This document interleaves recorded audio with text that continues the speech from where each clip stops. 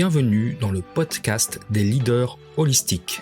Je suis Christophe, créateur du site leleanmanufacturing.com et de la formation Culture Lean, votre expert en leadership, excellence opérationnelle et lean management depuis plus de 25 ans. Ce podcast est pour vous si vous êtes attiré par le leadership, le développement personnel et la spiritualité. Si vous avez besoin de mieux équilibrer votre vie privée et votre vie professionnelle. Si vous avez d'importantes responsabilités professionnelles et que parfois cela affecte votre vie privée ou inversement. Si vous voulez devenir un leader serviteur, bienveillant, humaniste, éthique et intuitif, si vous voulez développer un leadership avec une approche globale, intégrale, holistique, basée sur votre corps, votre cœur et votre esprit, pour le bien de vos proches et de la communauté, alors vous êtes au bon endroit. Que vous soyez un homme ou une femme, directeur, manager, leader expérimenté ou pas, coach accompagnant des dirigeants, je vous remercie de passer ces quelques minutes avec moi aujourd'hui. Allez, on y va, c'est parti!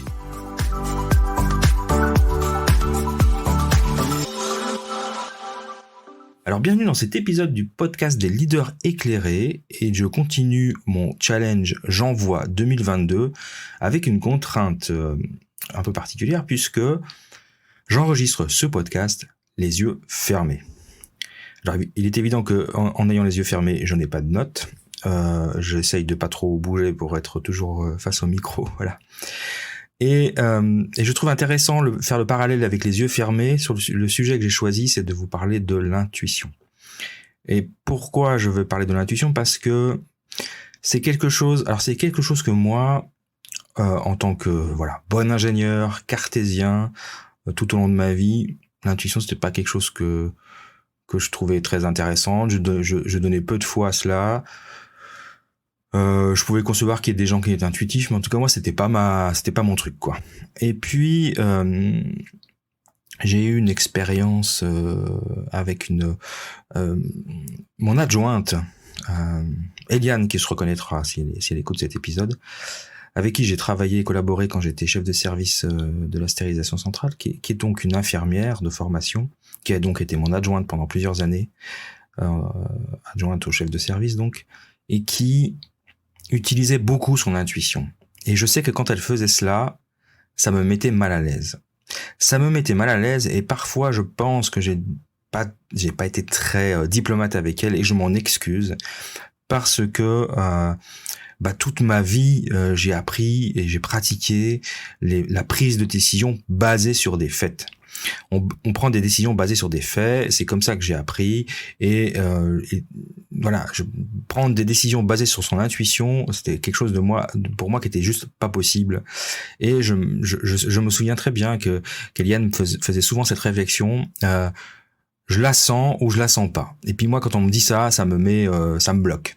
Ça me bloque parce que sur quoi tu te bases, comment, enfin voilà, ça me paraissait pas cohérent et ça me paraissait pas une décision digne d'être prise parce que absolument pas basée sur des faits.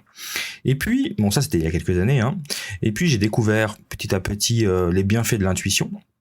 Et j'ai même découvert grâce à Geneviève Morand, qui est l'instigatrice d'une formation que j'ai suivie, d'un séminaire que j'ai suivi sur l'intuition, sur manager par l'intuition.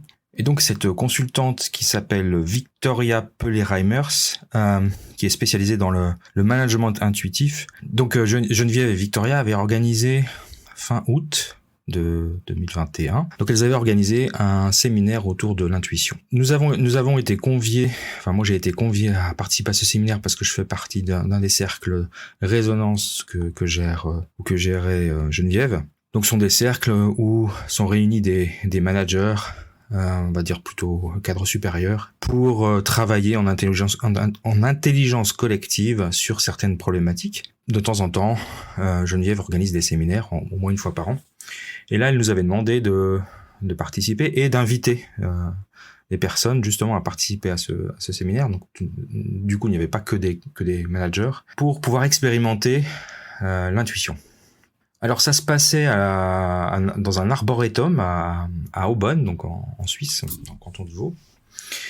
L'arboretum c'était intéressant parce que l'endroit est isolé, un peu dans la campagne. avec beaucoup d'arbres, de fleurs, et c'est un endroit qui est propice à ce type de manifestation. Donc on s'est retrouvés 31 août 2021 à l'Arboretum de Aubonne, une soixantaine de personnes, donc, dont une grande partie étaient des managers, plutôt aguerris d'ailleurs. Hein. On s'est retrouvés dans une grande salle toute ronde, et puis alors je vais pas vous partager tout le séminaire, hein, tout le déroulé de la journée, c'est pas le but, mais je voulais partager le début, parce que c'était une expérience quand même qui m'a ouvert les yeux, bien que je les ai fermés pour le moment.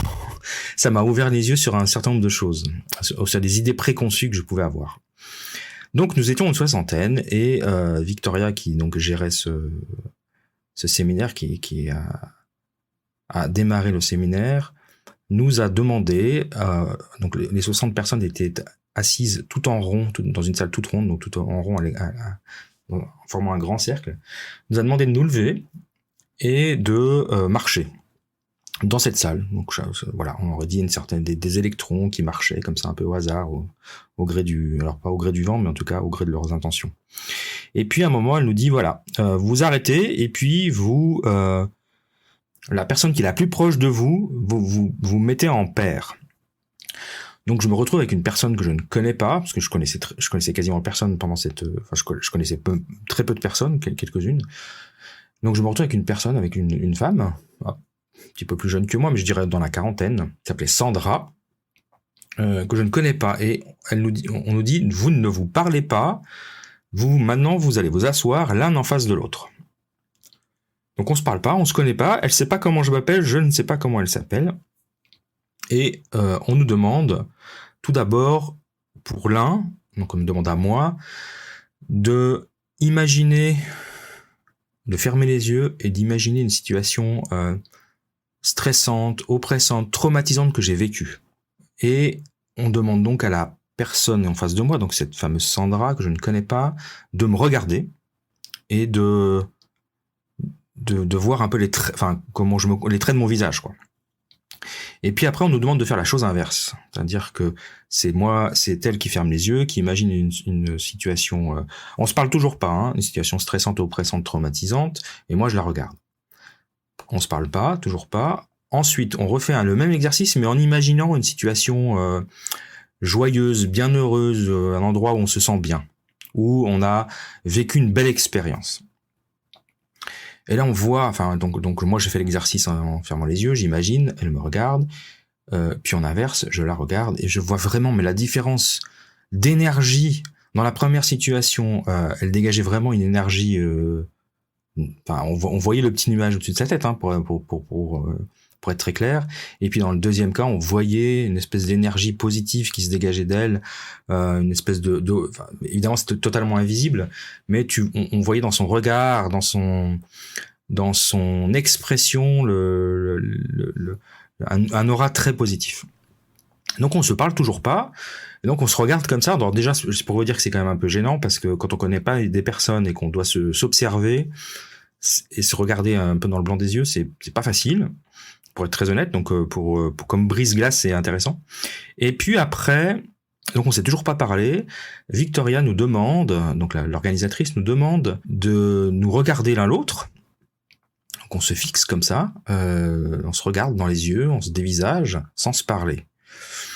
Et puis, elle nous pose des questions. Victor nous dit, voilà, la personne en face de vous, imaginez maintenant, si c'était un animal, qu'est-ce que ce serait? Si c'était une couleur, qu'est-ce que ce serait? Si c'était une musique, qu'est-ce que ce serait? Si c'était un endroit, qu'est-ce que ce serait? Voilà, puis je dois en oublier d'autres, mais des choses comme ça. Donc là, juste en regardant la personne, on la projette, alors qu'on ne la connaît pas, on ne sait pas d'où elle vient, on n'a jamais vu, on la projette avec un environnement, une couleur, un animal, une musique, etc. Et puis donc ça prend un petit moment, et puis à la fin, quand on finit l'exercice, donc là on échange, donc on se présente évidemment, et puis on échange sur, mais voilà ce que moi j'ai perçu de toi. Pendant les 3 exercices, donc l'exercice où on imaginait une scène traumatisante, le deuxième exercice on imaginait une scène très joyeuse, et puis le troisième exercice où on imagine l'autre, un animal, une couleur, etc. Et puis donc cette Sandra que je ne connaissais pas me dit, alors voilà, comme animal, et moi j'avais, et ce qui était très fort, c'est que moi, tout de suite quand on nous a dit imaginer un animal, moi j'ai pensé pour moi, avant de penser pour elle, j'ai pensé pour moi à un animal, j'ai pensé à un ours. Je me dis, à tous les coups, elle va me voir en moi un ours, avec mon côté, pour ceux qui me connaissent, avec mon côté un peu rondouillard et barbu, je dis, c'est sûr qu'elle va me voir en ours. Ça n'a pas échappé, elle m'a dit, oui, je vois un ours brun, mais je le vois qui se lève avec les bras en l'air comme ça, qui prend de la hauteur, enfin qui prend de l'espace et qui s'impose. Et donc ça c'était intéressant, parce que c'est comme si elle avait décodé ce que je lui avais envoyé comme message. Et puis après elle me dit, après je t'ai imaginé, je te voyais je voyais un chevalier avec une armure, un chevalier en armure sur son cheval, sur son destrier. Ok. Et là, ça m'a tilté sur le moment parce que j'ai fait tout de suite le lien en fait avec ce livre dont j'ai parlé dans mon épisode 0 de la saison 1, ce livre qui a changé ma vie, qui s'appelle le Chevalier à l'armure rouillée, donc qui m'avait été recommandé par mon médecin. C'était un livre initiatique, un conte initiatique qui a été mon épiphanie pour enclencher mon développement personnel. Et elle a perçu le chevalier, quoi. Enfin, j'ai fait le rapprochement, je me suis dit, mais c'est incroyable, comment elle a pu percevoir quelque chose qui m'est si précieux, si intime en fait. Donc c'était vraiment intéressant. Et puis après, pour la couleur, je pense qu'on imaginait l'aura des gens, je me rappelle plus ce qu'elle a vu, quelque chose d'orangé je crois, un rouge orangé. Et puis une musique qui était de type jazz, voilà, qui me correspond, mais bon, peut-être que ça correspondait à mon humeur du moment, je sais pas dire. Et puis moi, ce que j'avais vu en elle, c'était un espèce d'oiseau qui s'envolait, mais de type phénix. Et elle me disait, écoute, oui, je sors d'une période très difficile de ma vie, je suis en train de me reconstruire et je suis en train de me réenvoler, de renaître. Donc l'image était belle. Et puis j'avais perçu un endroit plutôt zen, calme, voilà, où de type un décor japonais avec des gongs, des bols tibétains, et puis il se trouve qu'elle est prof de yoga.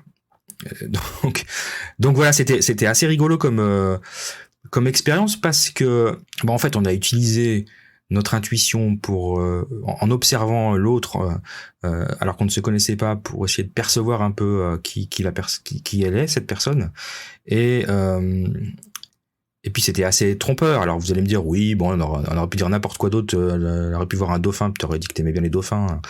Alors c'est pas faux, mais en tout cas moi j'étais assez surpris en bien, comme on dit, de l'expérience, parce que je me suis rendu compte que rencontrer quelqu'un comme ça pour la première fois sans se parler et en s'observant avec des situations imaginatives où on imagine des choses, où on perçoit des choses, rien que sur l'expression et l'allure de la personne et son regard, c'est assez intéressant comme expérience. J'ai trouvé ça très très intéressant, et je trouve que comme brise-glace pour des réunions, des séminaires, c'est plutôt pas mal. C'est un peu, c'est pas très conventionnel en tout cas. Alors voilà, donc c'était ma première expérience. Alors c'était pas ma première expérience de pratique de l'intuition, mais c'était une expérience intéressante de pratique de l'intuition que j'ai trouvé vraiment super sympa. Donc voilà, c'est le message que je voulais vous passer aujourd'hui, c'est que l'intuition était quelque chose que pour des gens très cartésiens comme moi, c'est pas facile à appréhender, mais qui s'apprend, qui se pratique, qu'il faut pas négliger, bien au contraire.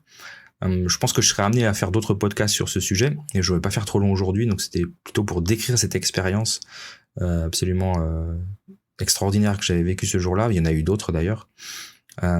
Et puis voilà. Donc je vous remercie en tout cas de m'avoir écouté aujourd'hui pour évoquer ce sujet en ayant les yeux fermés sur l'intuition, et je vous retrouve dans un prochain épisode. À tout bientôt et bonne journée.